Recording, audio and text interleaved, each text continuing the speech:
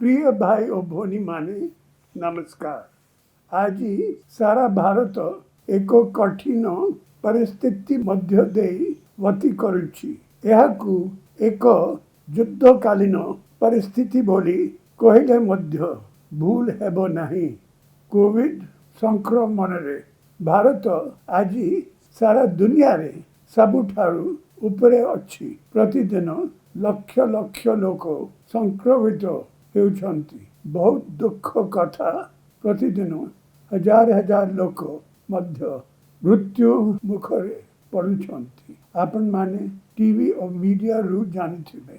दिल्ली, उत्तर प्रदेश, मध्य प्रदेश, कर्नाटक, गुजरात, महाराष्ट्र, छत्तीसगढ़ आदि राज्य मानकरे परिस्थिति आज भयंकर होइछि। एही सब राज्य रे मेडिसिन, ऑक्सीजन, हॉस्पिटल रे बेड आदि टोटल हेल्थ सिस्टम उपरे बहुत प्रेशर पड़ुछि। सबुठारु दुखर कथा श्मशान घाट मानकरे मध्य शवदाह पाई जागा मिलु नाही। एभली भयंकर परिस्थिति, एभली कठिन परिस्थिति भारत इतिहास रे केबे भी आसी नथिला। किछि दिन तळे मु परिस्थिति विषय माननीय प्रधानमंत्री और केतेक राज्यर मुख्यमंत्री मानक सह आलोचना करिथिली एवं से मानकर ए विपद समय सहयोग हाथ बढ़ाई। आज ओडिशा 6टी राज्य को ऑक्सीजन जोगाउछि। परिस्थिति अति भयंकर। आम राज्यर सबु सीमांत जिला मानकरे मध्य संक्रमणर गभीर प्रभाव पड़ी। गत वर्ष आमे समस्ते मिसी कोविड रो मुकाबला करिथिले। बात्या हो बा बन्या बा कोविड मैनेजमेंट सबु बेले आपण माने सहयोग करिथिबारु आमे अनेक मूल्यवान जीवन रक्षा करि पारिछु गत वर्ष थरु।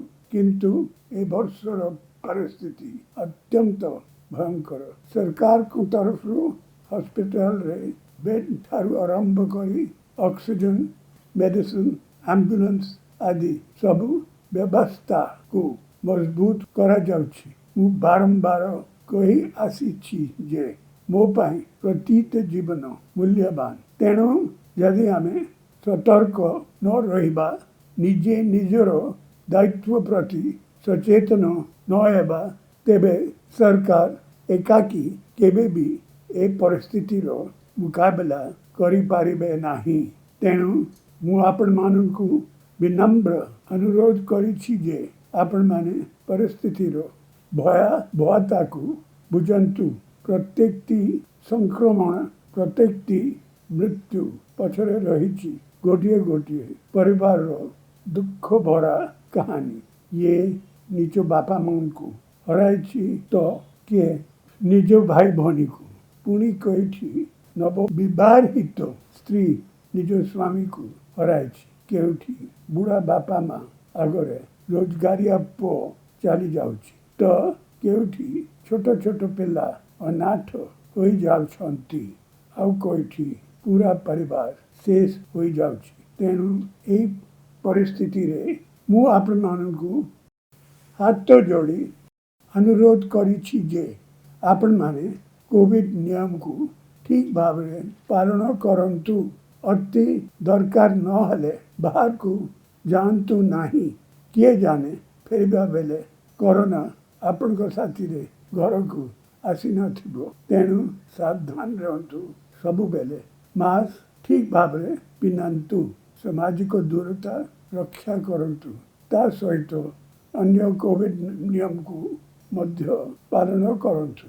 लॉकडाउन, शटडाउन मु केबे भी चाहे नहीं, केही भी चाहिबो नहीं। यह आम अर्थनीति को दुर्बल कर जाउछि। किंतु अर्थनीति सह जीवन रक्षा मध्य आम पाई गुरुत्वपूर्ण। आमे जदि नियम मानिबा, आमे जदि सावधान रहिबा, तेबे बिना लॉकडाउन रे कोविड युद्ध जीति पारिबा। 4.5 कोटी ओडिशावासी हेउचंती मोर परिवार। मु चाहे मो परिवार निरापद रहू, मो ओडिशा निरापद रहू, मो परिवार प्रति जीवन मो पाई मूल्यवान। गतकाली राज्य सरकार आमर 18 रु 44 एज ग्रुप सब लोक को टीका देबा पाई ऑर्डर दे सारी चंती। एथिपाई आपण मानकु गोटे भी पैसा खर्च करबाकू पड़िबो नाही। ए दायित्व आपणकर सरकार राज्यर ए ग्रुप रो 2 कोटी लोक टीका नहीं पारिबे। एथिपाई आमे एथिरे 2000 कोटी टंका खर्च हेबो। किंतु मोर अनुरोध आपण माने भी दायित्व नियंतु। कोविड नियम ठीक भाव रे पालन करंतु। महाप्रभु को आशीर्वाद रु हमें निश्चय खूब शीघ्र ए महासंकट रु उद्धार पाइबा। जय जगन्नाथ।